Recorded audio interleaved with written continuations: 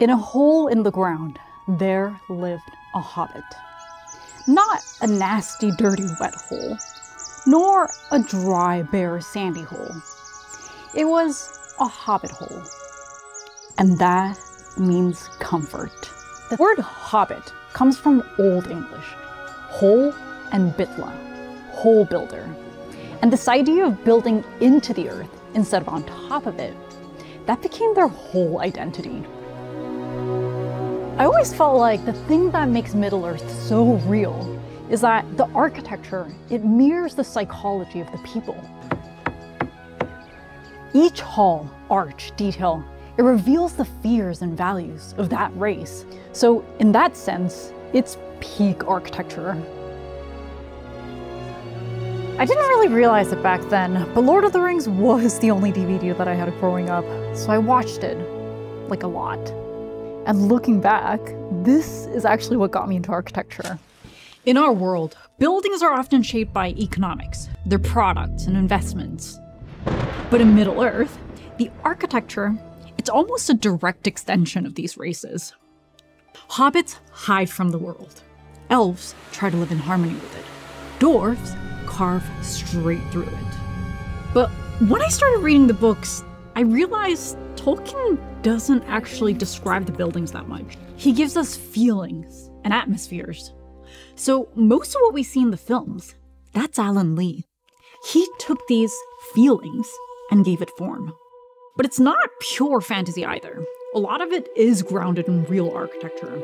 And by doing this, I think he actually added meaning to it. And watching it now through the eyes of an architect, I started to see things that I didn't quite catch as a kid. These aren't just fictional cities. They're reflections on a worldview. And for Tolkien, it's a world that he feared was coming. So let's start with the hobbits and hobbit holes. Because the first thing you notice is the circular shape, which is, first of all, totally practical, because it spreads out the weight of the earth evenly. It's the same logic of ancient sewers or coal shafts, and you can see it even in traditional settlements all over the world.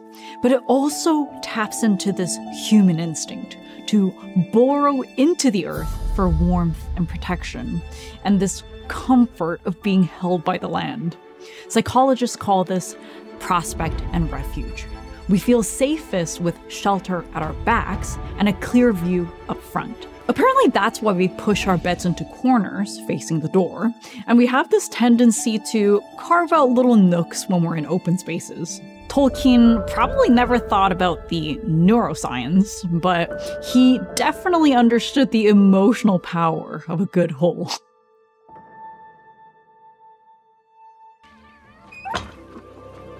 And the hole of all holes is Bag End, the dream home of Bilbo Baggins, who's the richest hobbit of all.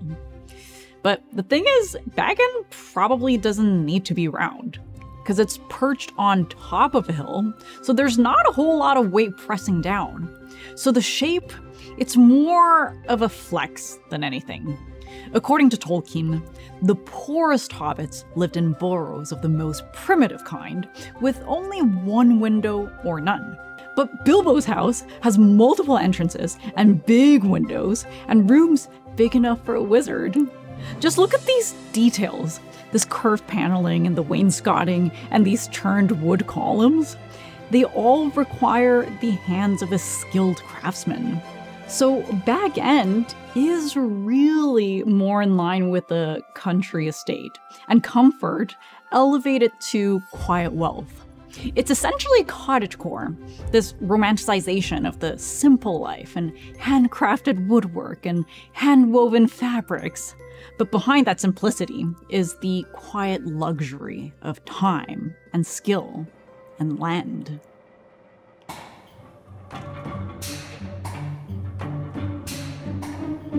It also draws straight from the arts and crafts movement, which was this reaction, or rebellion, against this wave of mass production in the late 19th century. Morris and Ruskin argued that factories were stripping away the dignity of craft and severing people from the joy of making things by hand. They even called it a moral crisis and a threat to what it means to be human. So maybe the design of a hobbit hole, it's not just an aesthetic or even a practical choice, but a quiet form of resistance. Tolkien says the hobbits, they do not and did not understand or like machines more complicated than a forge bellows, a water mill, or a hand loom, though they were skillful with tools. So maybe it was a stance, a tiny but a deliberate stance against the machine.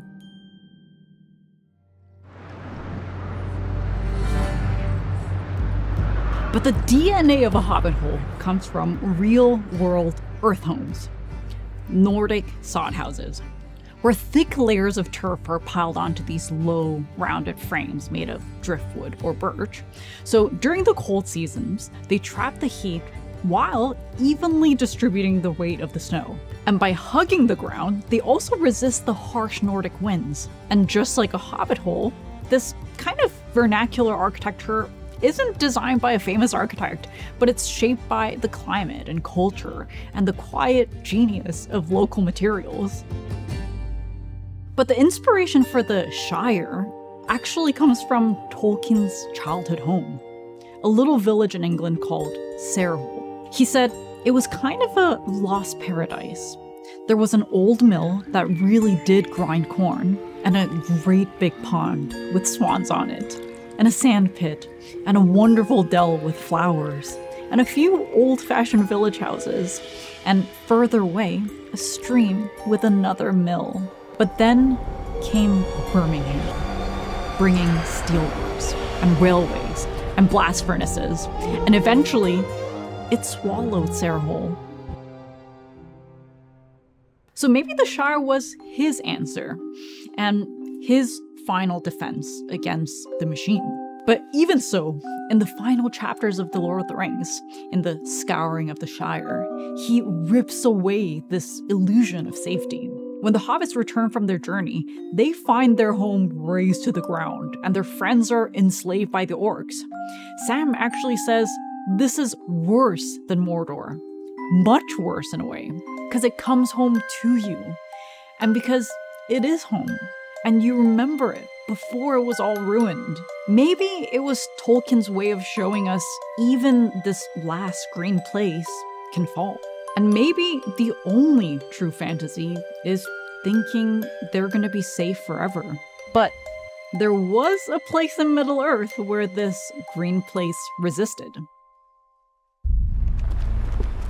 Their house was a perfect house. Whether you liked food or sleep, or storytelling, or singing, or just sitting and thinking best. This is how Tolkien describes Rivendell. Rather than talking about specific architectural details, he describes the elven realms with more of a feeling. But for me, watching these movies as a kid, the elven realms, like Rivendell and Lothlórien, were the most magical and most memorable parts of the whole thing. And I think it was the first time I actually felt beauty. And the films are largely based on the concept of Alan Lee, who translates these feelings of timelessness and ephemerality and hidden beauty into built form. And he creates this world that's in perfect harmony with nature. Which is why he does go into great detail to describe one particular tree. He says, Lothlórien is beautiful, because there, the trees were loved. And there are no trees like the trees of that land. And by trees, he's talking about the great Malorn trees. First of all, these Malorn trees were massive. The tallest was about 200 feet in Lothlórien, but in Númenor, they can get to almost 600 feet high. And the leaves, they're broad and beech-like, with deep green on top and silver underneath. So when the wind blows, the canopy shimmers like 1,000 small mirrors. In the fall, They turn into this beautiful gold, and they stay like this all winter. Only in the spring they start to fall, and it creates this blanket of gold on the forest floor. And almost immediately the tree starts to bloom, these fresh green buds, and it creates this double canopy of past and future. And it's actually this cycle that gives Lothlórien the name the Golden Wood. They're also the leaves used to wrap lembas breads. And Tolkien went into such great depths to describe these trees, because these trees are the core of the lives of the elves. In fact, the entire city of Galadriel is literally suspended on these trees, on what Tolkien calls flets. Flets are these wide platforms that are made by lashing branches together and laying down wooden planks, which are woven around the trunk instead of nailed through it. But a tree doesn't stand still. So what happens when it grows? Or if the branches sway in the wind? I know it's a fantasy, but how would you build an entire city that grows with a forest? These are root bridges in India. The villagers carefully guide the aerial fig roots across the rivers, weaving and pruning them for decades, and it becomes a kind of a living structure that can flex with the seasons, and they can repair themselves, and it can grow stronger year after year. And they eventually become strong enough to endure the heaviest monsoons. But of course, in Lothlórien, the structures are suspended off these trees. So they might actually have ways to tighten or loosen the supports as the trunk expands, using flexible joints or lashings made of rope. Nothing like a rigid steel beam, because it could crack the tree when it grows, but only structures that can bend or shift. So what you get, it's a city that feels like a dream. Light trickling down through the golden leaves, and halls and walkways that hover above the forest floor.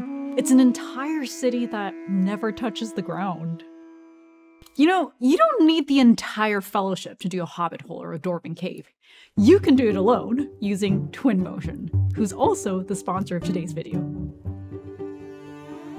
Twinmotion is one of the easiest visualization tools you can learn.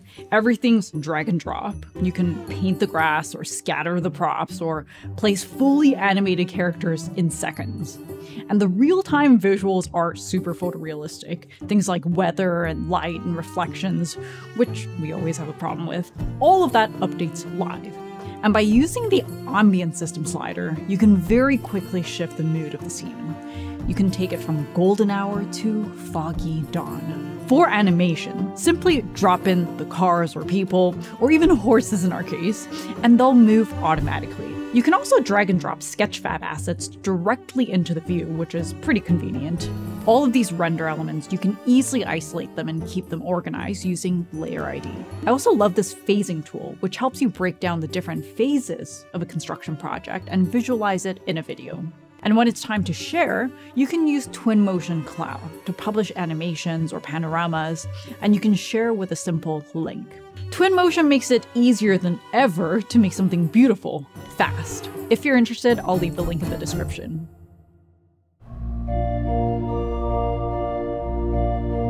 The first time I experienced this weightlessness in a real building is in Sagrada Família. I just remember thinking, this feels like a forest, frozen in stone. And the ceiling reminded me of the sky, and the sun, and the stars, all at the same time. Just kidding. The first thing I thought was, wow, this looks like it was built by elves. And I think it's because Gaudí was obsessed with nature. His columns don't just look like trees, they behave like them. They distribute weight just like a real tree. Or, to find the perfect arch for the cathedral, he borrowed from spider webs and hung a series of chains in tension, and then flipped it to create a structure that's in compression. So instead of just copying nature shapes, he studied the logic and he reverse engineered it. And the result is a space that's made of rigid materials like stone and concrete, but it feels weightless and organic. And I think the elves would approve, Because they also didn't build to just look like nature. They built with nature's own principles, using both organic and modern materials.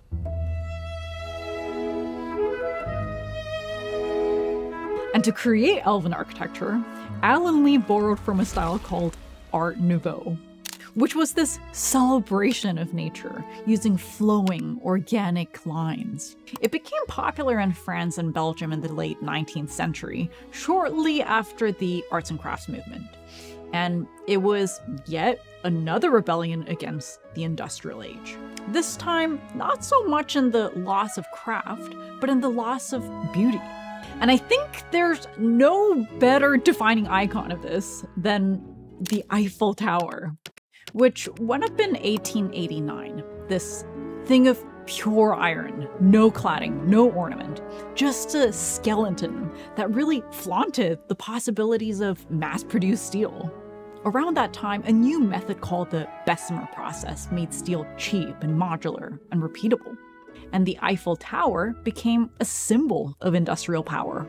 Some loved it, but lots of people hated it. And the architect Charles Garnier famously said Paris must not be made into a factory. So that sparked the rise of Art Nouveau, which actually didn't reject these new materials, but they bent it. Iron twisted like vines, staircases curled like flowers, stone flowed like trees. Same material, but very different statement. The hand still matters. And nature is reintroduced through the machine. You see the same logic in Lee's drawings of Rivendell or Lothlórien. Barge boards that twist like branches, or bridges that slip between waterfalls, and this leaf-like filigree that's woven into every rail. The elves shaped iron and stone, but they shape it in line with nature. The problem was that curves and vines don't really scale, because every curving detail, in most cases, has to be bent or forged or carved by hand, by a skilled hand.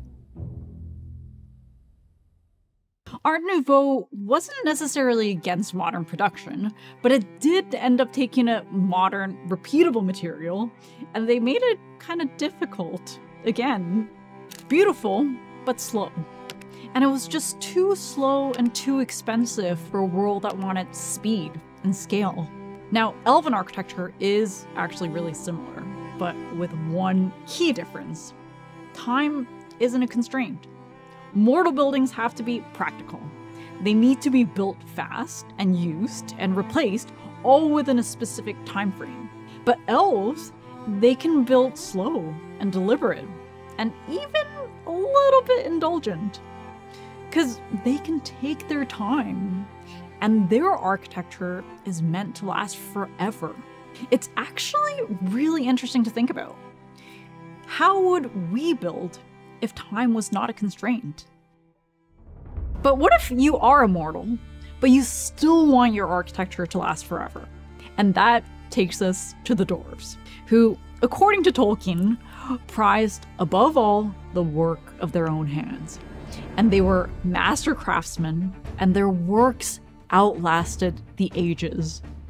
Now, when we were researching this, we found this theory online that elves are Art Nouveau and dwarves are Art Deco. And I love this so much because while elves were out there hand carving leaves and their banisters for 300 years, dwarves were like cute. But have you tried chiseling a skyscraper into a mountain? Art Deco came just after the war, and you could say it was total industrial flex. Sleek lines, bold geometry, mass production, and just enough gold to remind you who's boss. It was the same pride in modern materials, but now stripped down to bold, repeatable geometry that could rise higher and faster and look monumental. Which is exactly what you see in Dwarven cities. Repetition, hard edges, rigid symmetry, and it's monumental. It's true, the similarity is uncanny, but it's also inverted. Let me explain. A signature move in Art Deco skyscrapers are the setback, which is a function of zoning, but it's also a statement of ambition. A building that climbs layer by layer into the sky. But Dwarven halls, they flip that logic, and it steps inward.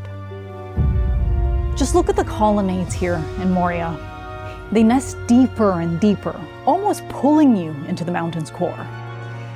It's the same visual rhythm, it's just inverted. And of course, that's because they carve into the mountain, and the mountain itself is the structure. Here's how Alan Lee put it. I didn't imagine for a minute that dwarves might live in scaled-down environments. Their love for artifice and grand gestures meant they would build on an epic scale, and they had a whole mountain to play with. So he gave their architecture a geometric, crystalline logic, like runes and gemstones that the dwarves were so obsessed with. Another example, Art Deco lobbies are all about light.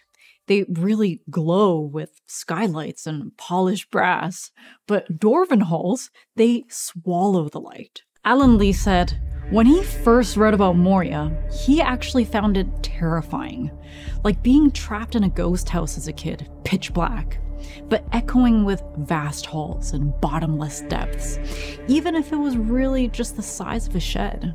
So he drew voids, huge empty spaces where the sheer depth of this endless space is only revealed in torchlight, where the shadow becomes a part of the architecture.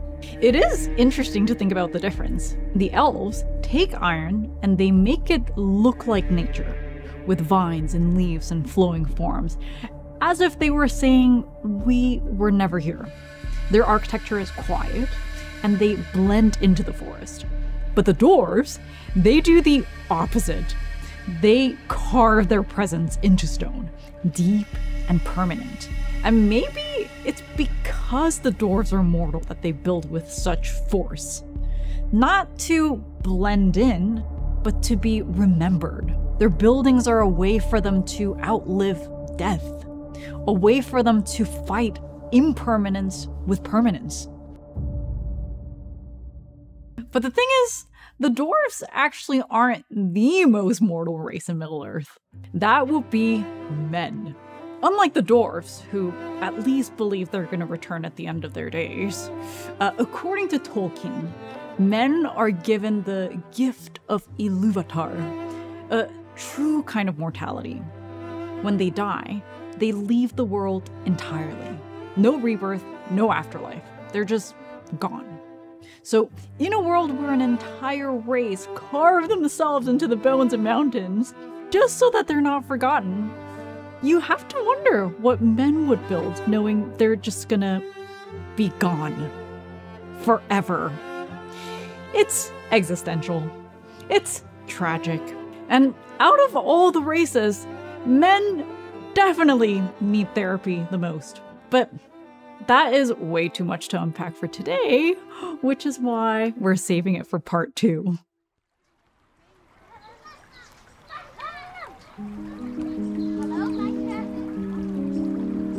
There's a quote from Tolkien that really stood out for me. It was when he was talking about his childhood home, Sarehole. He said, I loved it with an intensity of love that was kind of a nostalgia reversed. I always knew it would go, and it did. And that line really hit me. Because nostalgia is usually a longing for a place or a time after it's gone. But Tolkien, he already felt nostalgic for it before it was gone, while he still had it. And I think it's because he knew deep down that this paradise that he loved so much, at some point was going to vanish. So he was already grieving the loss of a world that he knew wasn't going to last. So I wonder if Middle-earth is kind of a manifestation of a fear that Tolkien had his whole life. This fear of the machine. And through the story of these races, he, in a way, figured out a way to hold on to that lost paradise. So this is one of the books that we reference for this research, Sketchbook by Alan Lee. Quite incredible. I would highly recommend it. And this is the 50th anniversary edition of The Hobbit. And it is full of beautiful illustrations. If you guys are interested, I'll leave the link in the description.